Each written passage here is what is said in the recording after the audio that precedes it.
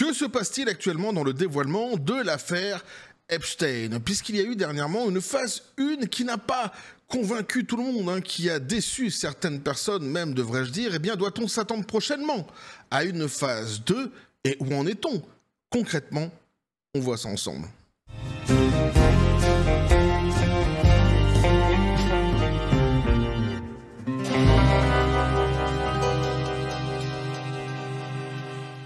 Et où en est-on dans cette fameuse affaire Epstein, puisque finalement, phase 1, et puis, plus rien presque, ou si peu, silence radio même devrais-je dire, un petit café les copains. Et pourtant, il s'en est passé des choses. On avait déjà vu ensemble donc la phase 1 que nous avions décryptée sur cette même chaîne. J'ai d'ailleurs ouvert une playlist justement donc pour cette affaire, donc un Epstein, et on avait déjà lu ensemble les noms qui avaient été dévoilés cette fois-ci, donc officiellement dans cette fameuse phase 1. Alors c'était malheureusement une liste qui était incomplète, qui nous avait été fournie, malgré tout c'est une liste de noms tout à fait officielle par contre cette fois-ci, et c'est vrai que ça avait déçu certaines personnes qui s'attendaient à ce que dès le premier jour, en fait, blam, on ait vraiment quasiment l'intégralité du dossier sur la table et qu'on puisse l'éplucher tranquillement. Ce ne fut pas le cas, on s'est rendu compte que tout cela allait être séquencé, phasé, puisque s'il y a une phase 1, on peut évidemment prétendre à une phase 2, justement, il en sera question ici, ils vont nous en parler, ça tombe bien, mais on avait vu néanmoins qu'il y avait quand même des noms, cette fois-ci tout à fait officiels, donc qui avaient été donnés, et dans les noms qui avaient été donnés, par exemple, il y avait des noms sur lesquels, en tous les cas, moi j'ai été fort surpris, notamment George Lucas. Je me demandais ce que Giorgio faisait là-dedans, c'est juste un truc de dingue. Il y avait eu d'autres noms aussi qui m'avaient étonné, mais George Lucas, je pense que c'est celui qui m'a le plus étonné. Alors ça ne fait pas de eux des coupables, néanmoins. Ce sont par contre, comme c'est une liste officielle, cette fois-ci, eh bien, on est certain que ces personnes-ci sont allées sur l'île. De Jeffrey Epstein. Après, qu'est-ce qu'ils y ont fait sur cette île, ce sera évidemment à voir par la suite. Mais pour l'instant, on ne peut pas dire que ces gens sont coupables, mais ils sont là, ils sont sur la liste. Et cette liste, donc, je l'avais posée sur le Discord de la chaîne, avec plusieurs liens que j'avais laissés. Ils doivent d'ailleurs toujours y être dans le salon à Vichot sur la dernière vidéo. Normalement, donc on va voir ce qu'il en est ici exactement dans un article qui revient justement sur le mécontentement, sur les mécontents et puis sur où en sont-ils actuellement le gouvernement Trump concernant le dévoilement de cette affaire-ci, puisqu'on savait déjà que par le passé, si on avait eu qu'une liste qui n'était pas complète, c'était aussi parce que le FBI n'avait pas donné tous les éléments que le gouvernement Trump avait demandé, et notamment il souhaitait avoir des enregistrements audio et vidéo. Tout cela on l'avait vu ensemble par le passé dans une précédente vidéo sur ce même sujet.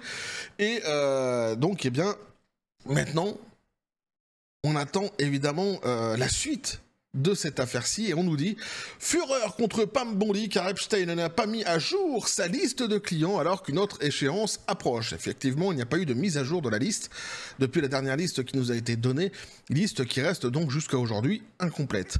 La frustration monte à l'égard, ça sera coupé au montage, du ministère de la Justice alors qu'une autre date limite clé pour la publication de dossiers très attendus se profile après la publication très médiatisée et bâclée des dossiers de Jeffrey Epstein. Dimanche marque la deuxième date butoir pour la publication du dossier sur les assassinats de Robert F. Kennedy et de Martin Luther King Jr.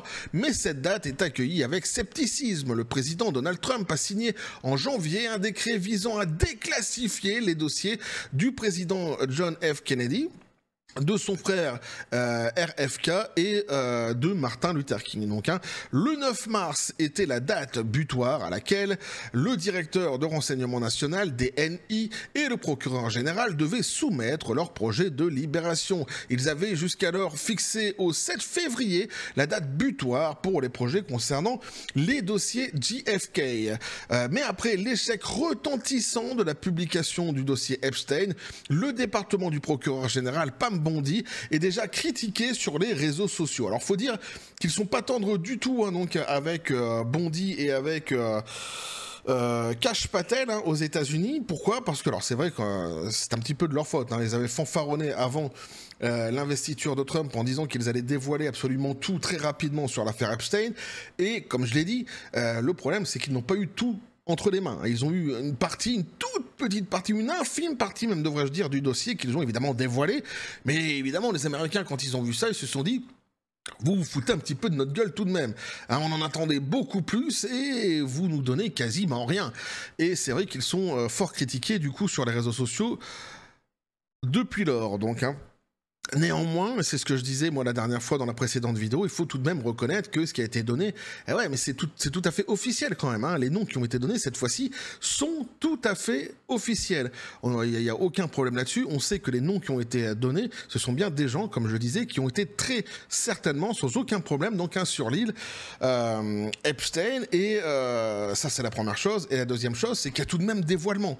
Ils auraient pu faire comme beaucoup de gouvernements, c'est-à-dire faire beaucoup de promesses avant l'investiture d'un candidat qu'ils portent, et puis dès lors que le candidat se met en place, tu sais, en fait, les promesses n'engagent que ceux qui les écoutent, hein, et finir par dire non, non, mais en fait, on peut pas, on a bien vu avec le FBI, en fait, on peut pas, en fait, on n'aurait rien eu. On a eu déjà, hein, c'était peu, c'était pas suffisant, c'était pas ce que tout le monde attendait, mais on a eu, et on devrait avoir davantage par la suite. C'est pour ça que je disais la dernière fois dans la précédente vidéo, faut peut-être se calmer un petit peu, faut peut-être se modérer un peu. Mais les Américains sont loin d'être modérés, en règle générale, hein. Donc, hein, où sont les dossiers Epstein? Nous dit-on ici, certaines personnes qui ont posé donc cela sur X, en réponse donc aux informations de Fox News sur la date limite, de nombreux utilisateurs du réseau social ont nié qu'il y aurait de réels développements. Ce sera probablement aussi décevant que les documents Epstein, peut-être même plus, a écrit une personne. Je ne tombe pas dans le piège de Bondi, en a écrit un autre. D'autres personnes sur les réseaux sociaux ont critiqué la publication du directeur du FBI, Kash Patel, concernant sa participation au combat de l'UFC à Las Vegas ce week-end. Donc on dit ici par exemple, nous n'avons toujours pas le dossier Epstein, a écrit un utilisateur sur X, tandis qu'un autre intervenait. Est-ce que la liste Epstein est là? Un fan, donc un MAGA, de MAGA a écrit. Où sont les dossiers Epstein, JFK et MLK, tandis qu'un autre post disait donc un mauvaise image, mec, la liste des clients d'Epstein et les arrestations doivent avoir lieu. Nous n'avons pas oublié ta promesse. Voilà, ici, ça vous donne vraiment le ton actuellement donc sur les réseaux sociaux concernant le mécontentement des Américains sur cette affaire-ci, qu'on peut comprendre. Hein. Comme j'ai dit, on peut le comprendre puisqu'ils ont quand même pas mal fanfaronné avant l'investiture de Trump justement sur ce dossier-ci. Mais c'est vrai qu'ils sont pas tendres, hein. Et ils sont pas contents du tout. Ils attendent évidemment la suite avec impatience et surtout ce qui a été donné. Cette liste incomplète ne suffit absolument pas. Eux, ce qu'ils attendent, c'est des sanctions et des arrestations. Par exemple, c'est ce qu'on nous dit ici. Hein. La date limite donc pour les plans de RFK et MLK donc intervient quelques semaines seulement après que le ministère de la Justice a publié un lot de documents Epstein fin février, mais il s'est avéré que de nombreux documents publiés étaient déjà publics lors du procès pénal fédéral de la partenaire d'Epstein, donc Ghislaine Maxwell. Alors ça c'est vrai, c'est ce qui a été reproché justement dans la liste qui a été donnée. Certains ont dit oui mais il y a des noms en fait on les connaissait déjà puisqu'ils avaient déjà été donnés justement lors de ce procès-ci contre Ghislaine Maxwell. Alors c'est vrai, néanmoins ici la grande différence donc entre cette affaire-ci et la divulgation qui avait été faite comme ça sur la base de témoins, ici on était sur de l'officiel, avec une liste qu'on pouvait d'ailleurs retrouver sur les sites gouvernementaux américains. J'avais mis le lien d'ailleurs hein, de ce site justement tout à fait officiel. Donc il y a quand même une différence et il y a quand même pas mal de noms qui ont été donnés, même si c'est vrai que cette liste reste incomplète. J'essaie de ménager un petit peu le délire, quoi. Entre vraiment ceux qui sont hyper mécontents et qui insultent à tout va, et évidemment ceux qui se contentent de si peu. Non, c'est vrai, on peut pas se contenter de si peu, mais il faut pas non plus tomber dans les excès, quoi. On va attendre, on va patienter, on va voir justement ce qu'ils vont nous dire ici, où ils en sont exactement. Alors Bondi donc a révélé la semaine dernière qu'un camion chargé de dossiers, voilà. Bondi a révélé la semaine dernière qu'un camion chargé de dossiers Epstein lui avait été livré au ministère de la Justice la semaine dernière après avoir ordonné au FBI de remettre tous les éléments concernant le défunt délinquant sexuel condamné. Alors ça va exactement dans le sens de ce que nous avions lu ensemble par le passé dans la précédente vidéo justement qui traitait de cette affaire Epstein, où on avait déjà vu effectivement que Bondi avait écrit à Kash Patel en lui demandant de faire pression pour avoir le reste des dossiers, le reste comment je pourrais dire, aussi des preuves, etc., qu'elle n'avait absolument pas entre les mains, hein, puisque ne lui avait été donné que ce qu'elle avait dévoilé finalement, donc dernièrement dans la phase 1, et donc elle attendait d'avoir l'intégralité, en fait, hein, des choses. Alors, elle avait donné aussi une date butoir, il me semble une espèce d'injonction, je me souviens plus ce qu'elle avait dit, je sais pas si c'était sous 48 heures, ou je sais plus ce qu'on avait lu ensemble, enfin bref, en tous les cas, ça correspond à ce qu'on avait lu, puisque finalement, elle a fini par recevoir ces pièces-ci, et visiblement, c'est conséquent, puisqu'on parle d'un camion chargé. Hein. Donc, lors d'une interview accordée lundi soir à Sean Hannity de Fox News, Bondi a déclaré que Patel avait livré des documents supplémentaires vendredi 8h du matin. Donc, elle a décrit cela comme une cargaison de preuves. Alors, le procureur général a déclaré que Patel dispose d'une équipe d'employés qui examine, alors c'est très important, des milliers de pages de documents tout en travaillant sur un rapport expliquant pourquoi des documents ont été retenus.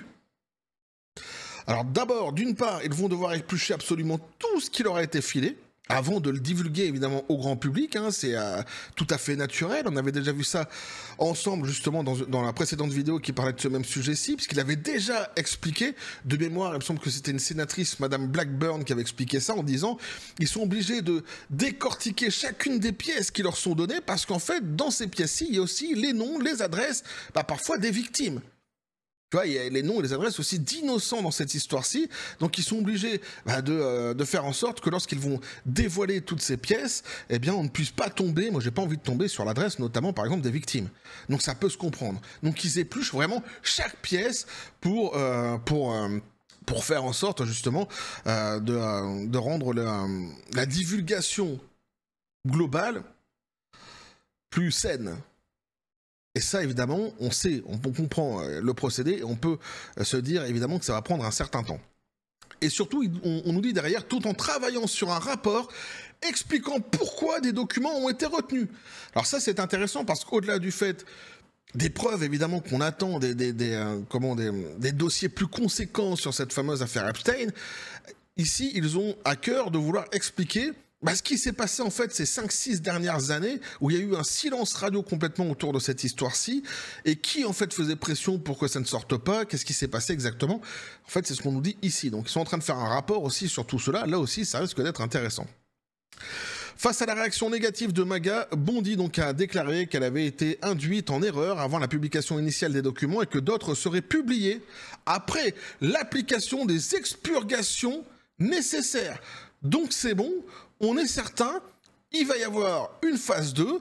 Elle dit elle-même qu'elle regrette le peu d'éléments qu'il y avait dans la phase 1, mais elle a donné tout ce qu'elle avait à ce moment-ci, et que maintenant, comme je le disais, ils vont travailler et éplucher chacun des dossiers. On nous parle ici d'expurgation nécessaire, justement avant la divulgation totale des pièces qu'ils ont entre les mains. Et ça, on peut le comprendre, mais au moins c'est certain, il y a une phase 2 qui arrive.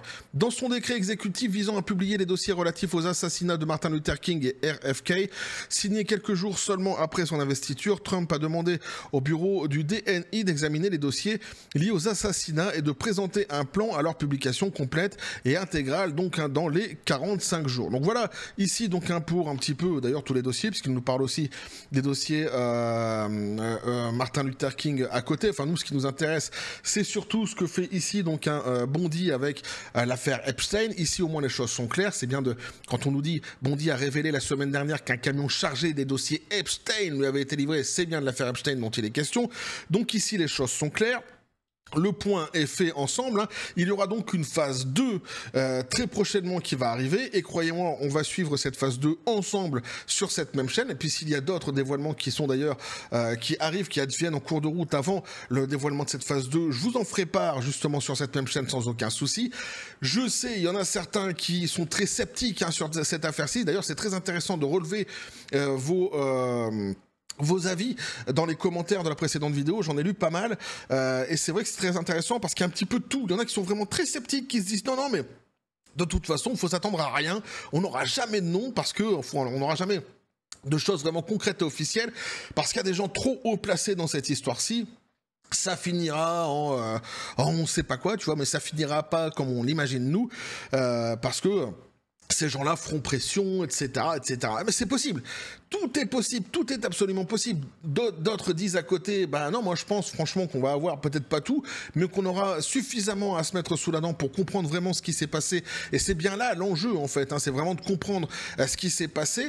Il y en a certains d'entre vous qui attendent plus de savoir s'il y a un réseau derrière. Alors ça c'est marrant parce que ça va aussi avec ce que la sénatrice Blackburn avait dit lors de la précédente vidéo, puisque c'est ce qu'elle souhaitait elle aussi mettre à jour, c'est-à-dire en fait les noms l'intéressaient peu. Elle disait, ce qui l'intéressait c'est surtout le réseau, hein, quel réseau il y a notamment lié avec la France.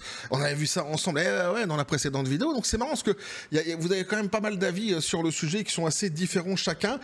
Moi personnellement je ne fais que suivre les infos et vous les relayer. Ce que je me dis ici c'est qu'on a eu notre phase 1, j'ai essayé de modérer les choses parce qu'il y a eu une grande colère de la part de certaines personnes qui ont dit ouais mais vous nous avez promis tous les dossiers, en fait on n'a pas grand chose, et moi j'avais dit attends, il faut quand même se calmer un petit peu, puisque même si on n'a pas grand chose, on a quelque chose. On nous parle de phase 1, donc il y aura une phase 2, on va attendre ce qu'il en sera exactement. On avait vu qu'il y avait une certaine ironie aussi avec Candace Owens, hein, qui déplorait le fait que ce soit phasé, alors que là elle a séquencé l'histoire Brigitte Macron à mort pour se faire le plus de pognon possible. Et, bah ouais, ici tu vois elle tapait sur le gouvernement en disant ah mais pourquoi vous faites des phases, alors que si bien pour elle justement c'était pas explicable, si ce n'est le fait de vouloir se faire du pognon. Ici le gouvernement l'explique et je pense que n'importe qui peut le comprendre, hein. Quand t'as un dossier pareil qui tombe sur les genoux et que dans ce dossier-ci à chaque feuille t'as le nom, les adresses des victimes, c'est sûr que si toi tu es justement à la tête du dévoilement de cette affaire-ci, que tu veux le dévoiler à ton peuple, au grand public, quelque part, je sais pas ce qu'on veut dire, tu vas faire attention d'enlever tous les innocents, d'enlever tous les adresses des victimes. Alors après voilà, il y en a qui disent ouais mais tu vois, une fois qu'ils ont mis un trait noir sur un nom, tu sais pas en fait si c'est le nom d'une victime. On te dit que c'est le nom d'une victime, mais peut-être qu'il protège lui, peut-être que... Il y aura toujours des peut-être. Il y aura toujours des circonvolutions qu'on pourra se faire autour de ces dossiers-ci, parce qu'ils sont tellement en fait passionnants ces dossiers-ci qu'on pourra toujours se poser énormément de questions. Est-ce qu'ils nous disent tout? Est-ce qu'ils nous disent tout? Est-ce qu'il ceci? Est-ce que cela? Bon bah voilà.